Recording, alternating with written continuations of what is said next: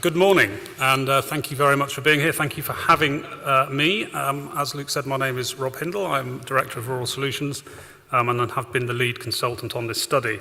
Our research team included Steve Thompson and Dr. Sarah Skerritt and Rob McMorran of SRUC Research. Rob McMorran, when we started the work, was with the University of Highlands and Islands and has since relocated to SRUC. And also colleagues from Rural Solutions, whose names you can see there, together actually with, at one stage, every single employee of Rural Solutions involved in extracting the information returned from the surveys and inputting it into the database. This is quite a splendid setting for this, but the thing I like best about this is the screen. It's probably the biggest screen I've ever presented with. I'm not going to accept anything smaller from now on, so anybody else out there wants me to speak, please take note. And we're going to need it, because there's some big scary charts for which I apologise in advance. First thing I'd like to say, as well as thank you to the research team and to Scottish Land and Estates, is thank you to all of you. The survey that we sent out, the questionnaire that we sent out, was quite the scariest I've ever seen. It was very long, it was very complicated, and it took a lot of work to fill in, and we appreciate the effort that you put in. We also appreciate those of you who were kind enough to give us your time to be interviewed, and we're well aware of the efforts to which you went to provide the level and the detail of information that we asked of you. We're also very well aware that we were very rude and asked some very intrusive questions. I hope you will feel that rudeness has been worth it, but we are very, very grateful for your participation. But when all's said and done, the study is for you.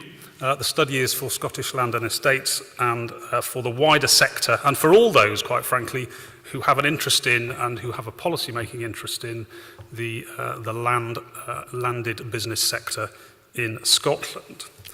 So, context. What we were asked to do is to provide a comprehensive assessment of estates' contribution.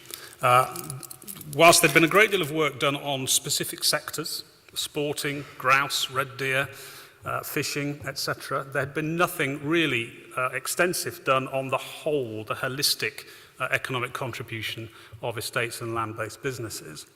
And it was felt very much by our clients that this was an important gap that should be filled in order to contribute to evidence-based policy making. It's important, I think, to understand at the outset that our work has focused on the economic output from land use and land management. It is not focused on ownership or ownership structures. So we have been interested in what is being done with the land, what is being achieved from the land, rather from the way in which it is owned and the organisation of ownership. We also have sought to focus on estates, which from the outset has been slightly problematical, because if I asked 10 of you what an estate was, you'd probably give me 10 different descriptions of an estate. And there is no one single accepted definition of an estate. So I think we all kind of know what an estate is. We all know what an estate isn't. We all know what isn't an estate. But you can't actually go down a list and say, that one is an estate and that one isn't, because the definition says so.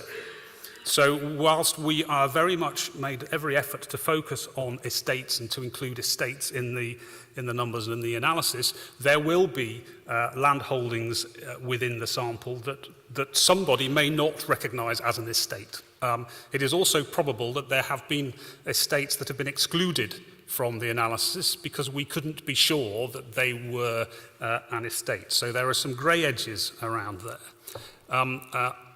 There are some headlines, there are some headline numbers.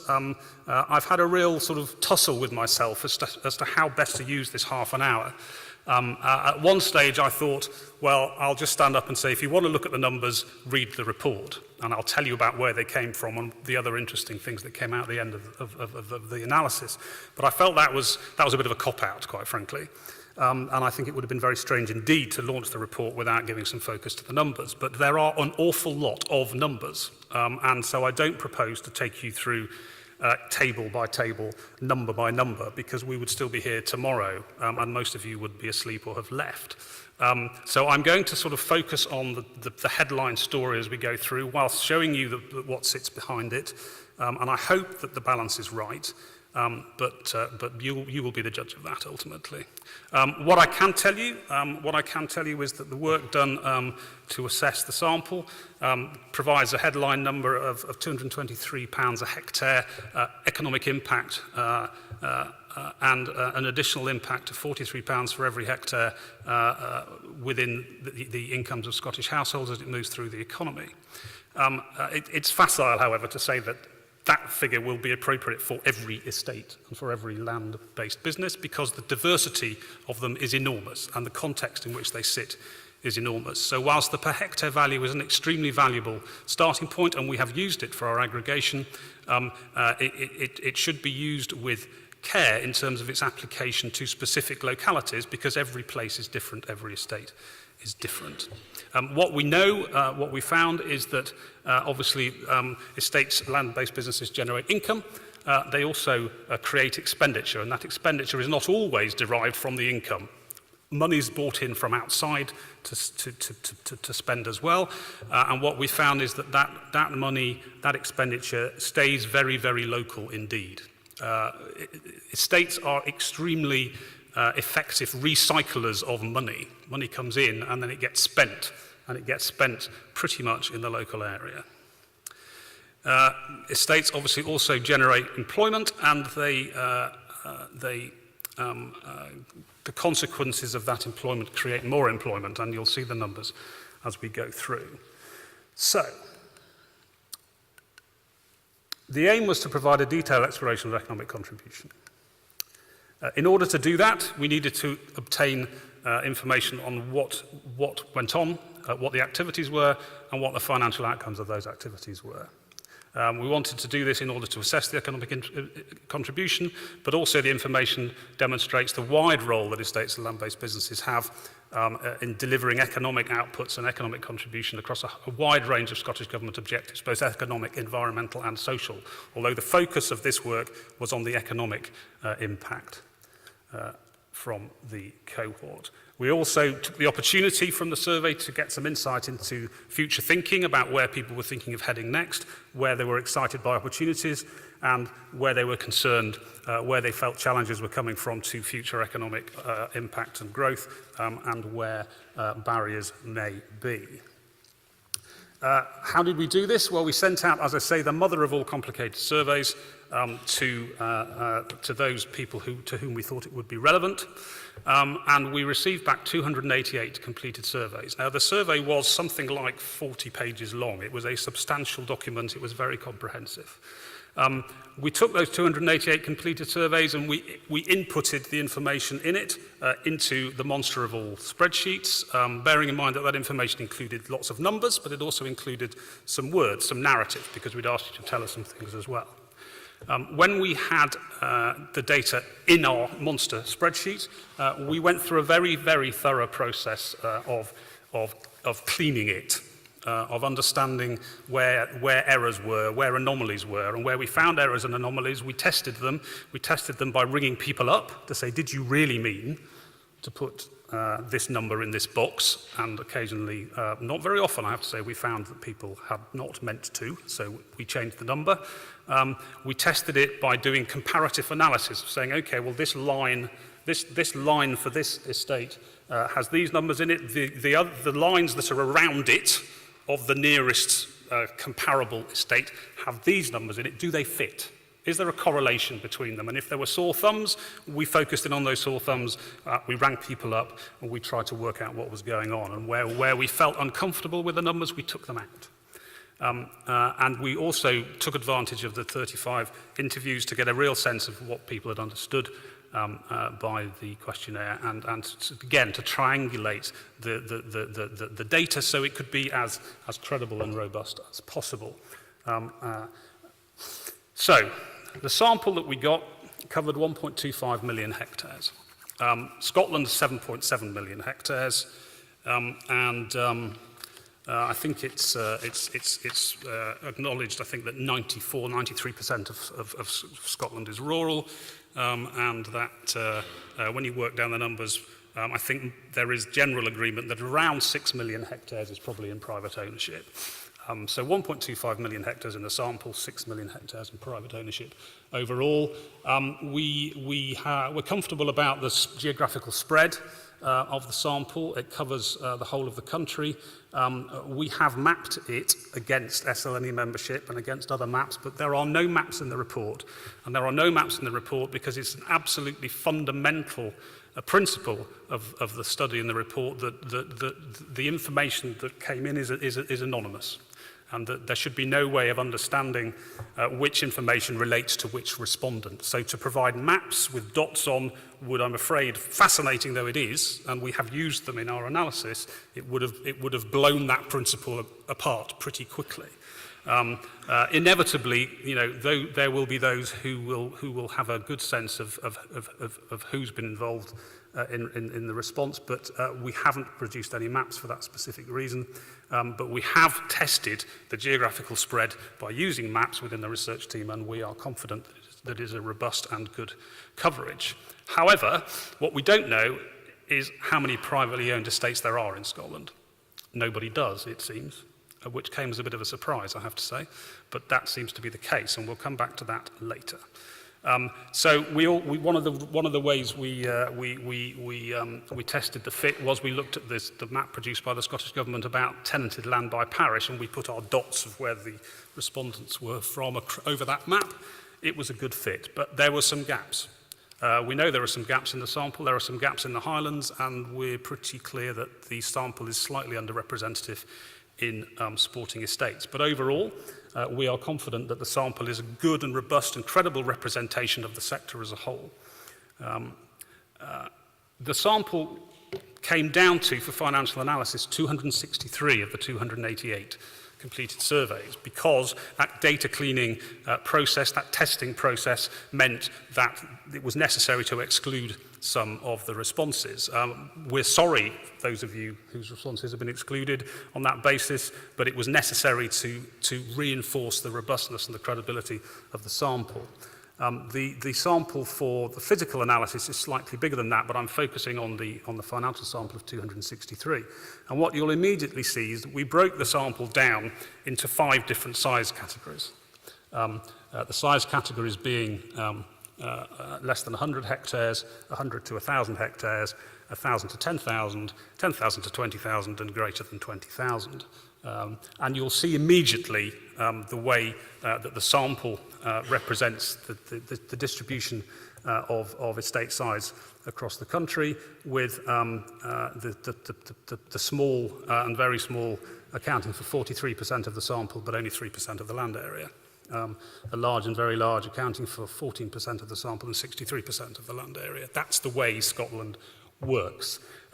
We asked people how they would categorise their estate, how they were classified, given a choice of saying it was a mixed estate, it was an agricultural estate, it was a forestry estate, it was a residential estate, etc., etc. And you can see that the vast majority classified their estates as mixed estates, although there were several, in fact, as you can see from the chart, that felt that classified their estates as specific to a sector.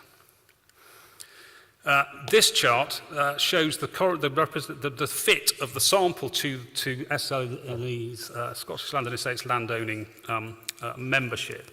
The bars on the chart show the area covered by the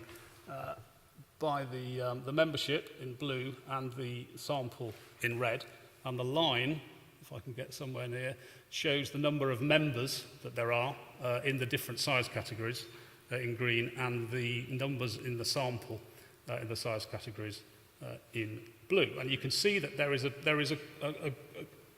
a strong coverage within the membership in the bigger size categories, and a reasonably good coverage in the medium, and a much lower proportion of the membership in the smaller numbers. But as I said earlier, these businesses over here obviously represent a very small proportion of the total land area. This was another way that we sort of tested the sample, the credibility of the sample against the membership, and you'll see that there's a very significant response from the larger estates, and a good correlation across. We were very comfortable that that represented a robust sample. It does introduce elements that we needed to think about into the sample, because clearly it demonstrates that, as you could see from the land area, that the sample, there is a weighting towards the larger end of businesses, and that we have taken that into account in our thinking and in our working. We asked people how long they had owned the estate, and the average was 122 years, but interestingly, half the sample had owned for less than 50 years. Which is interesting, and there's some analysis in the research in the report of how people had classified their estate compared to how long they had owned it for, and it was interesting to note that that more of those estates that had been owned for less than 50 years were classified as within specific sectors than the proportion that were classified within specific sectors of those estates that had been owned for longer. We asked about land use and how the land was used, and that chart is I hope, self-explanatory, and it demonstrates the significant areas of, I hesitate to use the word unproductive, but of land that is not cultivatable, that is within the ownership and management of these businesses within the sample. It also demonstrates the importance of woodland relative to sort of pure tillage and intensive agriculture. And we looked across a whole range of, we asked people to tell us about their business activities across, I think, 20 different sectors. And this chart shows the participation of the sample across those sectors. So nobody does everything. And some estates are more focused on a smaller number of enterprises than others, but you'll see a very significant spread, and you'll see that the sort of the area that most estates are involved in is residential property, but woodland management comes a very close second, which is interesting. The importance of woodland and the stewardship of woodland in the sector, and then you can see the spread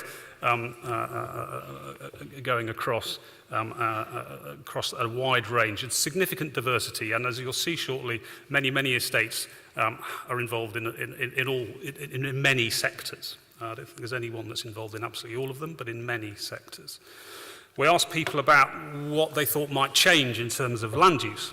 In terms of whether they might increase it, whether they might decrease it. The big headline out of that is that renewable energy is on the radar of a great number of estate businesses.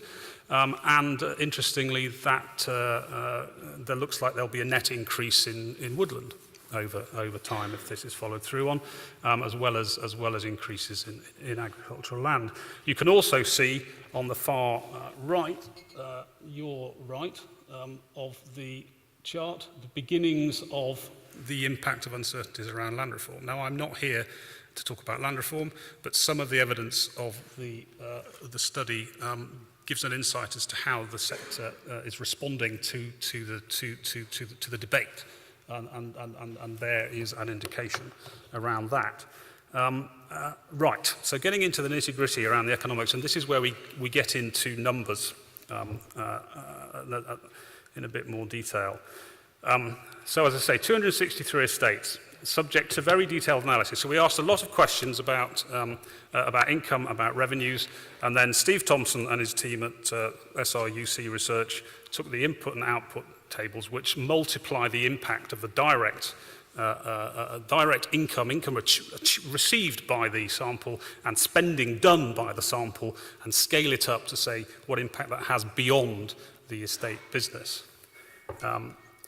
Having done that, we then, what they call grossed up, which means we took the information about the sample and we said, well, if the sample looks like this, and these are the outputs from the sample, if you apply those outputs to a bigger number of estates, then the output from that bigger number of estates will look like this. So we grossed up the findings to the landowning membership of Scottish Land and Estates, and bearing in mind that the original objective of the study had been to provide a figure for all estates in Scotland, which has proven very problematic, of which more later, we grossed up again as a scenario to see what happened when we went beyond the SL&E landowning membership to a group that we're calling Proxy All Scotland, because it is not all Scotland and should not be confused as being all Scotland, using the help of CKD Galbraith, for which many, many thanks. CKD Galbraith have got, you may be interested to know, and you now do know, so thank you CKD Galbraith, a database of estates of over 500 hectares, which is pretty impressive. So we put that together with the SL&E information, and we were able to come up with another cohort that was of a bigger scale than the SL&E membership. Now, you'll see these direct, indirect, and induced through the report a lot. What that means is direct is the money the estate business spends, the money it receives, and the money it spends, and the jobs it has. That's direct. So I spend £10,000 on a new fence. That's direct expenditure on a new fence. But in putting that new fence in, I will have bought some wood, and I may well have used a contractor to help me do it.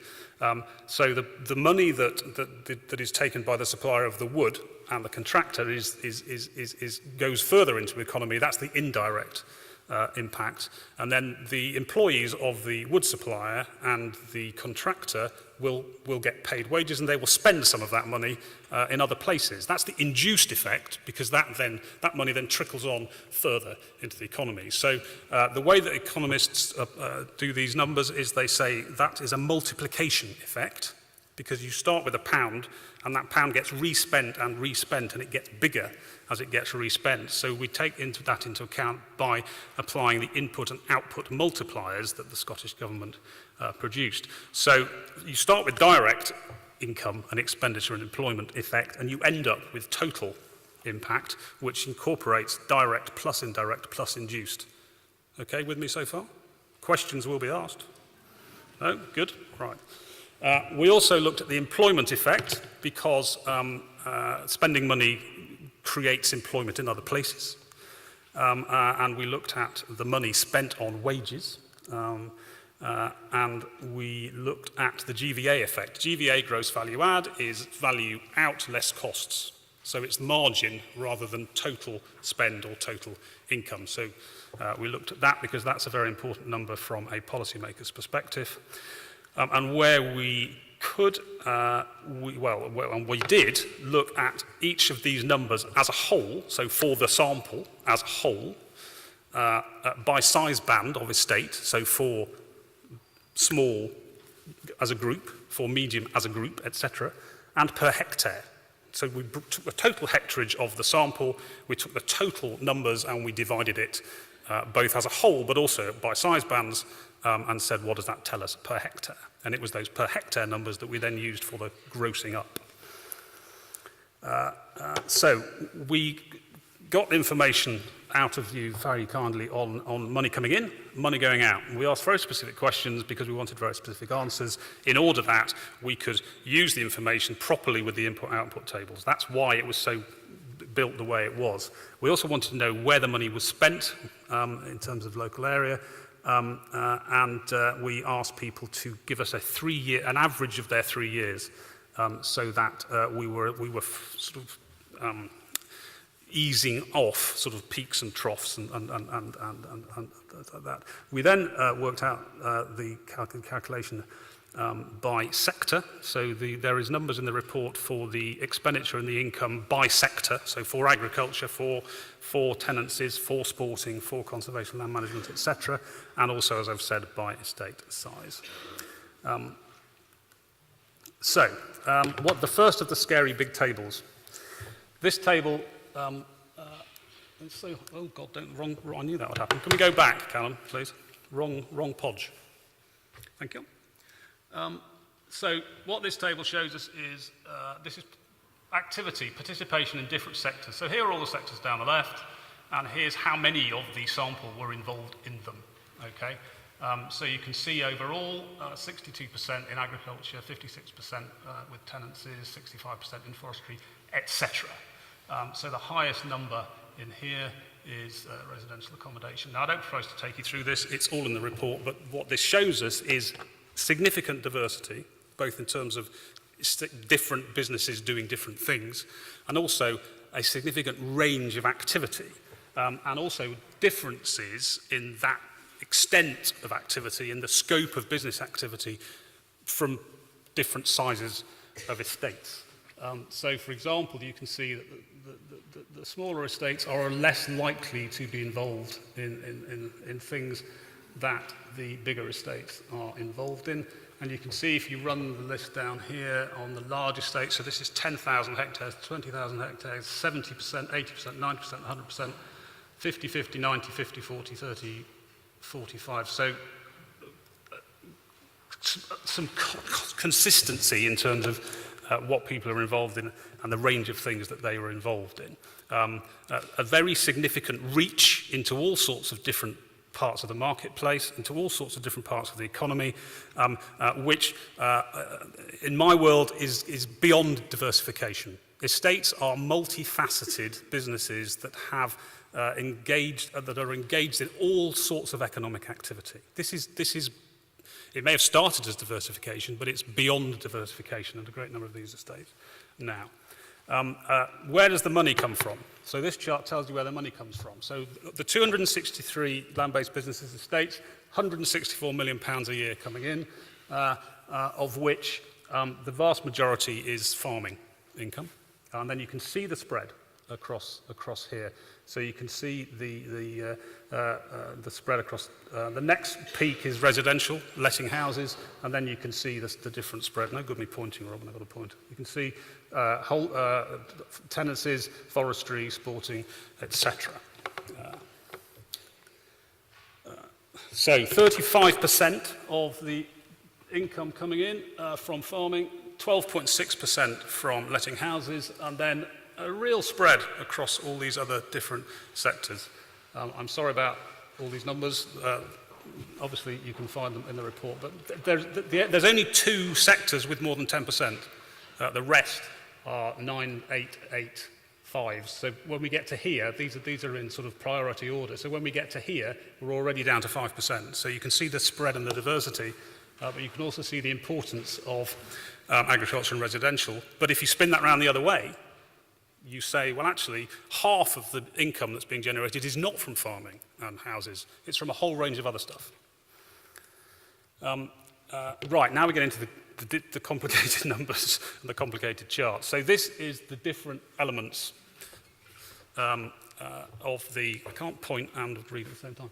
This is the different elements. So there's the direct money coming, the direct money coming in. That's the multiplier for it being taken off elsewhere, getting up to 280 million. That's the £223 per hectare. And then we come down here and we have direct and indirect employment effects. So total employment effect here, that's the numbers of employment that this money supports across the areas. And here's the GVA. 110 million down there, £89 per hectare from the sample. So this is the starting point that says, of the money coming in, what impact does that money coming in have? And those are the numbers associated with it. And then we gross that up to the Scottish Land and Estates Landowning Membership to say, well, we had 263 estates in that sample. We've now got 1,300.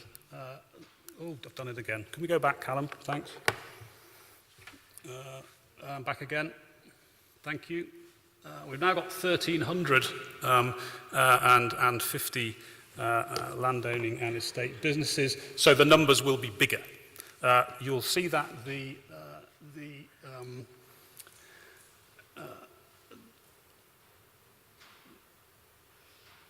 numbers follow on through here. So direct output 270, Total now up to 471, employment now up to nearly 6,000, the GVA now up to 186. So you can see as you apply the numbers to the bigger cohort, then obviously the numbers get bigger, and that's how the grossing up has been done. It's important to understand that the grossing up relies on some assumptions. The key assumption being that the mix of characteristics of the bigger group is the same as the mix of characteristics of the smaller group. So that's a fundamental part of taking that forward. It's also important to note that the weighting of the large estates, the fact that there are the bigger estates account for a far greater amount of the money and the outputs, has not been extrapolated up like that. So that's been taken account of. So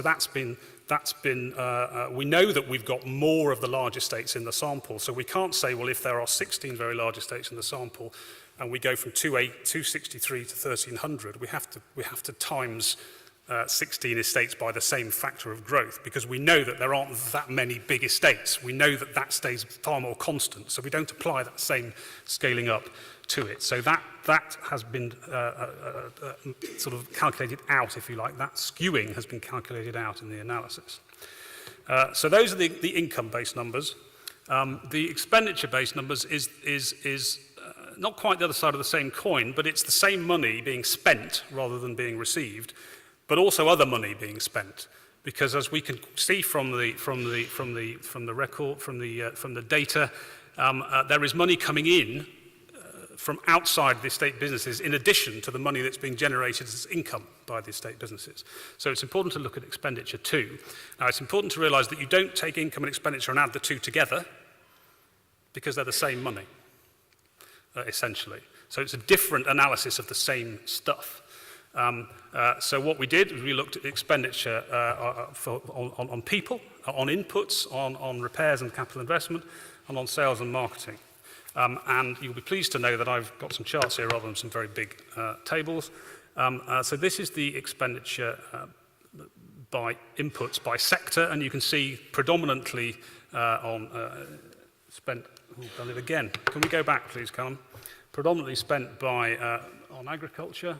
But with spending across here, forestry and sporting. Other activities, fish farming, value-added food processing, that kind of stuff.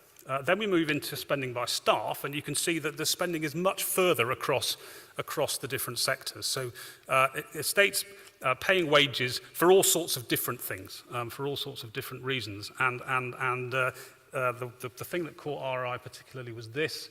Here, significant costs, people costs associated with managing and providing access to heritage assets. We looked at investment of capital and repairs, and again you can see a bigger spread. The highest number here on residential lettings, refurbishing, repairing and improving houses. Nearly double, it is double the amount spent on in-hand farming and on tenanted farms, and these are average annual spending over a 3-year period. But you can see expenditure on repairs and investment across a broad range of sectors also. So then we do the same provision of the multipliers to the expenditure. We do it piece by piece. Because the multipliers work differently for spending on wages than they do for spending on stuff that isn't wages. So there are two elements to it, and you can see the numbers here in the yellow numbers, the impact that has. And then again, we gross that up to the SL&E landowning membership to see how that looks at a bigger scale. And then also there is value on just as the employees of the timber supplier and the contractor spend their money in different places. So of course do the people employed by staff spend their money in different places. And you can see that there is a £54 million of direct wages expenditure. which creates another chunk of benefit, economic benefit, as that money that's been paid in wages rolls through the economy to total 144 million annually by the time it's gone through those three elements. We then gross the same up, gross up again, so you can see starting point, a direct wage expenditure of 95 million and total income impact from that money of 258 million by the time you've added the multipliers. We also look at employment. You can do the same multipliers with employment. So this chart shows that within the sample of 263 estates, there were just a shade under 2,000 people employed, and the employment impact of those people spending their money increases that to 3,000. Same with the SLE landowning membership, 5,000 directly employed, 8,000 when you take the multiplier effect into account. So all that analysis is detailed, written up, and there are a lot more tables which break it down into its constituent parts within the report, far more than obviously we can deal with here this morning. But I did want to show you this because this is the charting of the questions we asked around where does the money stay when we spend it? Expenditure on staff and management. Very, very local, 100%. The chart goes to 100%, and you can see that different colours for different sizes of estates, expenditure stays very, very local, both in terms of expenditure on people and expenditure on repairs and capital improvements. There's a breakdown of the numbers by region.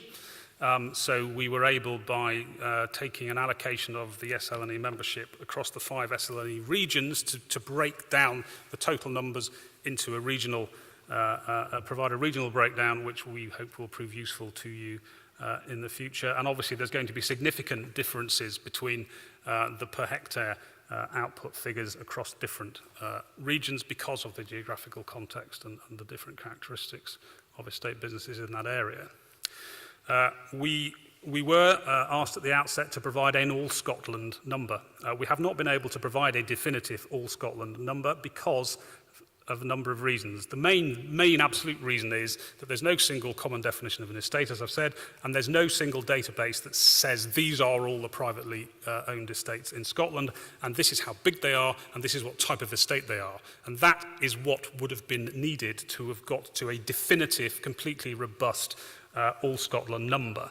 So there isn't one, for which is a bit of a disappointment, but it is the way it is. So what we have done is we have taken we've produced we've done a scenario essentially to say, okay, well, we can see where we started, we can see what the SLNE landowning membership looks like. What more can we see? And again, there's a lot of detail in the report about how we've gone about trying to go up a step. The best way we found of doing it was the CKD Galbraith database.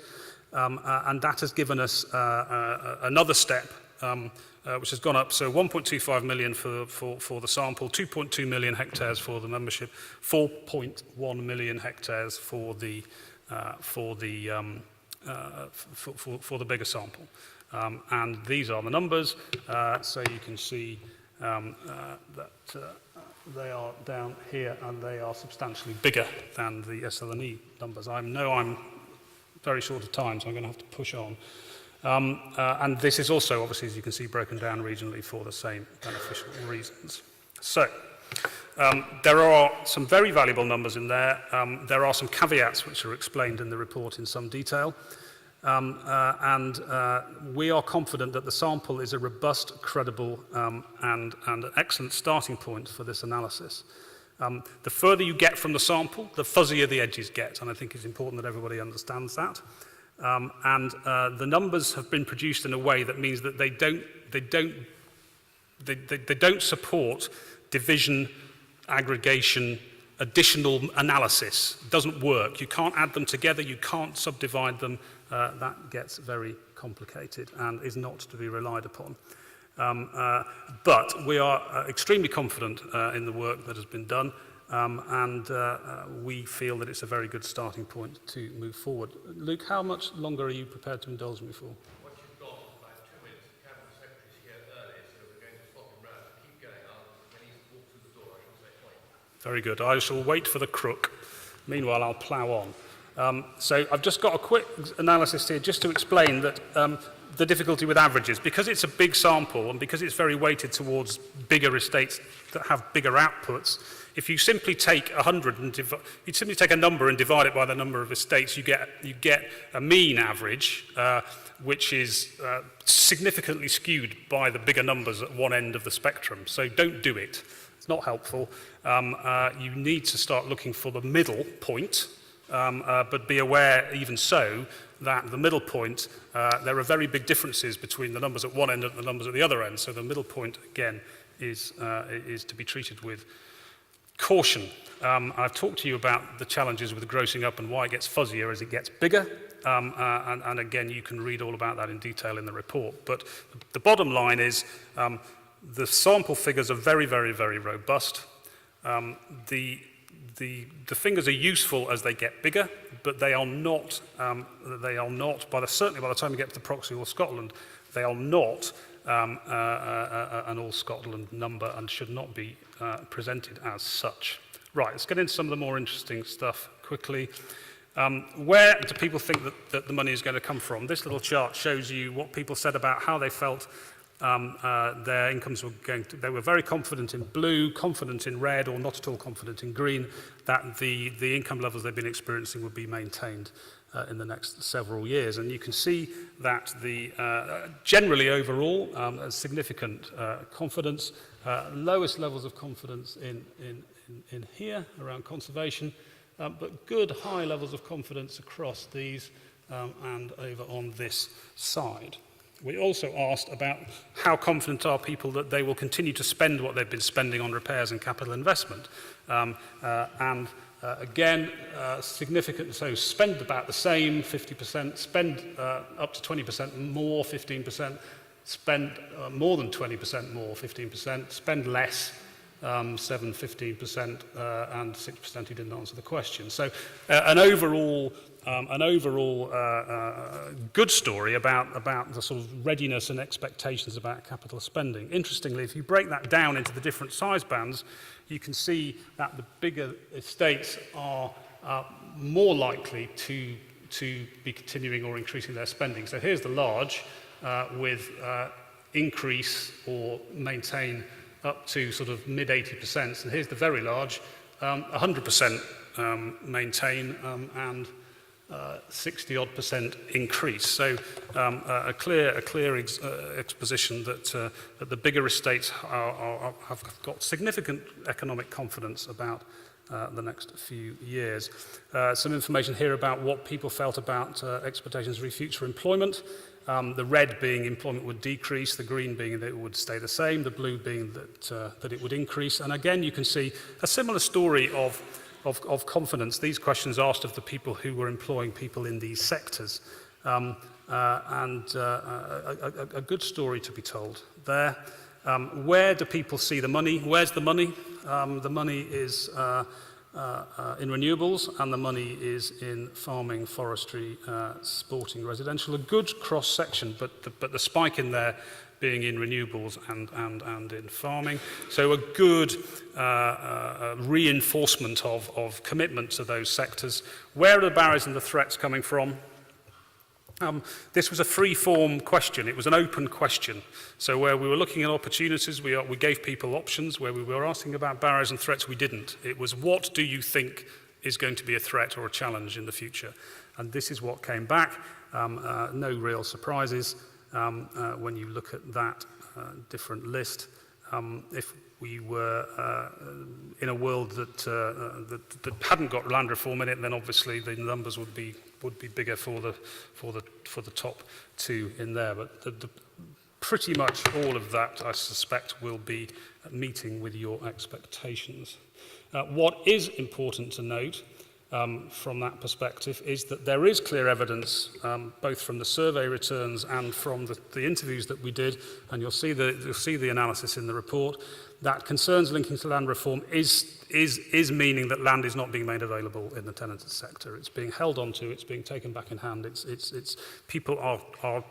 Many people told us that they wanted to let their land, but they were essentially treading water and waiting to see which way everything went before they would do so. Some people also told us that the uncertainty was preventing them investing in their tenanted, reinvesting in their tenanted land holdings. But on the positive side of life, significant intent around investment in farming, in housing, in renewables, in tourism, a very diverse range of economic activities, significant contributions at all sorts of levels, which stays very local. And interesting to see that many estates are net contributors. They spend more than they earn, in simplistic language. But as we know, the money that they spend stays very local. Whilst I've still got the floor, I'll continue.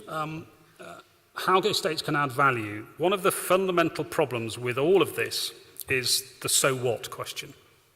Well, anybody that had the land would do the same thing. It's the land that generates the benefit. It's the land that generates the economic output. However you manage the land, you'll get the same output. Now, this study was not focused on addressing that so what question, but we have had a good look at what the evidence tells us about what we can see around that. And what we feel we can see from the evidence is a number of things. Firstly, diversity, the scope of being involved across all ranges of different sectors is a good thing, because some sectors are cash generators, some sectors are cash eaters, and the ability to take it all as a whole and to have employees who cover different elements of it, and essentially to cross-subsidise different sectors means that there is economic impact that wouldn't be there otherwise, and there is employment that wouldn't be there otherwise. It's interesting, we can see the numbers do show us that diversity and participation, so the range of business sectors that estates are involved in, increase with the size of the estate. The bigger the estate, the more things it's likely to be doing. It's not rocket science, but it demonstrates that there is additional economic impact and outcomes created by scale that probably would not be there based on the sample figures from smaller units. It's quite clear, although we weren't asking specifically these questions, that there are a range of environmental and social benefits coming out of estates, of which I know that we'll hear more from Grant. And it is clearly apparent from what people told us and the way they answered some of the questions that there is added value at landscape management, land management at a bigger landscape scale in terms of the extent of the ecosystem services that can be delivered and the extent of the environmental networks that can be managed in one single cohesive way. And again, the sort of the benefits that can be achieved increase with the scale and size of the single management unit, as might be expected. So there we are. Thank you very much for indulging me to get to the end. It's a complex thing to try and get across in however long I've ended up having to speak to you. It is a bit bittersweet, I have to say, presenting this, because we were very clearly aiming at getting an all-Scotland number, which we haven't done. But I think that the work that has been done is of real value. It's a significant advance on the knowledge and information of the sector that's been available up to now. It's an excellent lift-off point for greater understanding. It will be a very powerful resource, I feel, for SL&E and for you all, and for all those interested in land-based policy. It also exposes, I think, a weakness in terms of the evidence base, in that there is this huge lack of understanding of what the total cohort is, where it is, and what its characteristics are. We wish you the best with making use of it. Thank you very much.